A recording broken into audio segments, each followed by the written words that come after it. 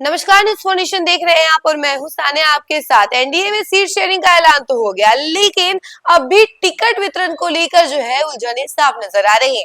आपको जैसा कि पता होगा कि जदयू और बीजेपी को 101 सीटें मिली हैं, तो वहीं 29 सीटें चिराग पासवान को और 6 सीटें जीतन राम मांझी और 6 सीटें उपेंद्र कुशवाहा को मिली है। लेकिन टिकट बांटने की बात की जाए तो अंदरूनी तरीके से सभी पार्टियों ने अपने अपने सिंबल से जिन नेताओं को टिकट देना है उसको उसकी सूची जो है तैयार कर ली है। जदयू ने भी अपनी सूची तैयार कर ली है और टिकट बांटना भी शुरू कर दिया है, अपने सिंबल पर नेताओं को लाना शुरू कर दिया है। लेकिन अब जो पेच फंस रहा है वो है तारापुर विधानसभा क्षेत्र से। जी हाँ, आपको जैसा कि पता होगा कि मुंगेर के तारापुर से सम्राट चौधरी के चुनाव लड़ने का ऐलान हो चुका है। जिस तरीके से सम्राट चौधरी की बातें सामने आ रही है कि सम्राट चौधरी जो है तारापुर से चुनाव लड़ेंगे, तो वहीं अब जो है टेंशन इस बात की है कि वो सीट तो जदयू के खेमे में है, तो सम्राट चौधरी तारापुर से चुनाव कैसे लड़ेंगे।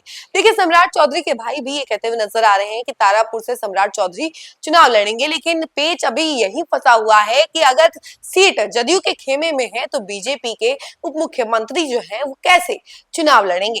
देखिए, बिहार के उप मुख्यमंत्री सम्राट चौधरी जो है अभी काफी ज्यादा एक्टिव नजर आ रहे हैं, तारापुर से विधानसभा चुनाव लड़ने के लिए भी तैयार है। लेकिन जिस तरीके से सीट को जदयू के खेमे में रखा गया है, तो आखिर सम्राट चौधरी उस सीट पर चुनाव कैसे लड़ेंगे, ये क्वेश्चन मार्क लगा हुआ है। इसके बारे में हम जरा विस्तार से चर्चा करते हैं। एनडीए में सीट शेयरिंग का फॉर्मूला भले तय हो गया है, लेकिन टिकट बंटवारे का मामला थमने का नाम नहीं ले रहा है। इसी कड़ी में बिहार के तारापुर से जुड़ी बड़ी राजनीतिक खबर सामने आई है, जहां उप मुख्यमंत्री सम्राट चौधरी के बड़े भाई रोहित चौधरी ने एक बड़ा बयान दिया है।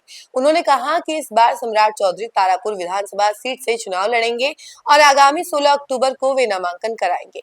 इस ऐलान के बाद से ही तारापुर की राजनीति में नया भूचाल सामने आ गया है, क्योंकि अभी तारापुर सीट जदयू के हाथों में है। साथ ही बताया जा रहा है कि उनके पिता शकुनी चौधरी ने इस सीट से 7 बार जीत दर्ज की थी, लेकिन पिछले करीब 15 सालों से उनका परिवार तारापुर की जनता से दूर रहा था। लेकिन इस बार बदलाव की बयार है। रोहित चौधरी ने कहा कि सम्राट चौधरी भाजपा के कोटे से तारापुर से चुनाव लड़ेंगे और उम्मीद जताई जा रही है कि इस बार वे लगभग 25,000 वोटों के रिकॉर्ड अंतर से जीत हासिल कर सकते हैं। यह बयान ऐसे समय में आया है जब तारापुर की मौजूदा विधायक जदयू से है। माना जा रहा है कि इस सीट को भाजपा में शामिल करने के संकेत मिल रहे हैं। हालांकि अभी तक आधिकारिक घोषणा नहीं हुई है कि यह सीट जदयू की रहेगी या फिर भाजपा की हो जाएगी। यह सीट हमेशा से राजनीतिक दृष्टि से अहम रही है। अब देखना होगा कि आने वाले चुनाव में तारापुर की जनता किस पक्ष को चुनती है। रोहित चौधरी ने यह भी खुलासा किया कि वे भी चुनावी मैदान में उतरने के लिए पूरा मन बना बैठे हैं, पर जब उनका भाई उप मुख्यमंत्री सम्राट चौधरी यहां चुनाव लड़ेंगे तो उन्होंने चुनाव ना लड़ते हुए भाई को सपोर्ट करने का फैसला किया है।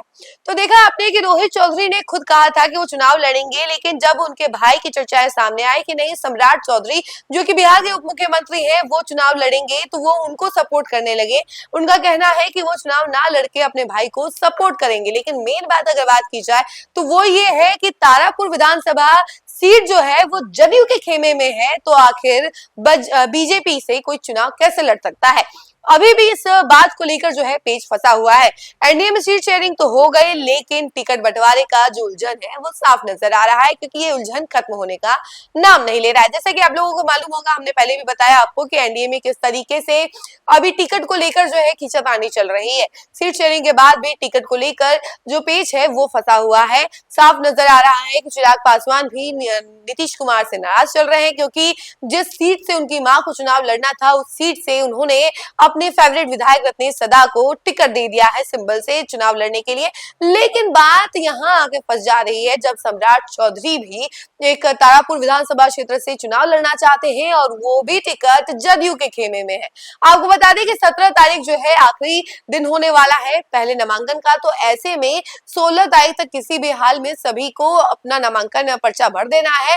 लेकिन इससे पहले ही टिकट बंटवारे को लेकर उलझने साफ नजर आ रही है। 5वां दिन है आज नामांकन का और अभी तक इतने लोगों ने नामांकन पर्चा नहीं भरा है जितना होना चाहिए, यानी कि अभी बहुत ज्यादा कम है। अगर लिस्ट की बात की जाए तो अभी तक जितनी इंफॉर्मेशन आई है वो 3 से 4 उम्मीदवारों ने ही पर्चा भरा है, लेकिन बाकी सीटों पर चुनाव का पर्चा भरना बाकी है। इस खबर में फिलहाल के लिए तो इतना ही। ऐसी तमाम अपडेट के लिए आप हमारे साथ जुड़े रहिए और देखते रहिए न्यूज़4 नेशन। धन्यवाद।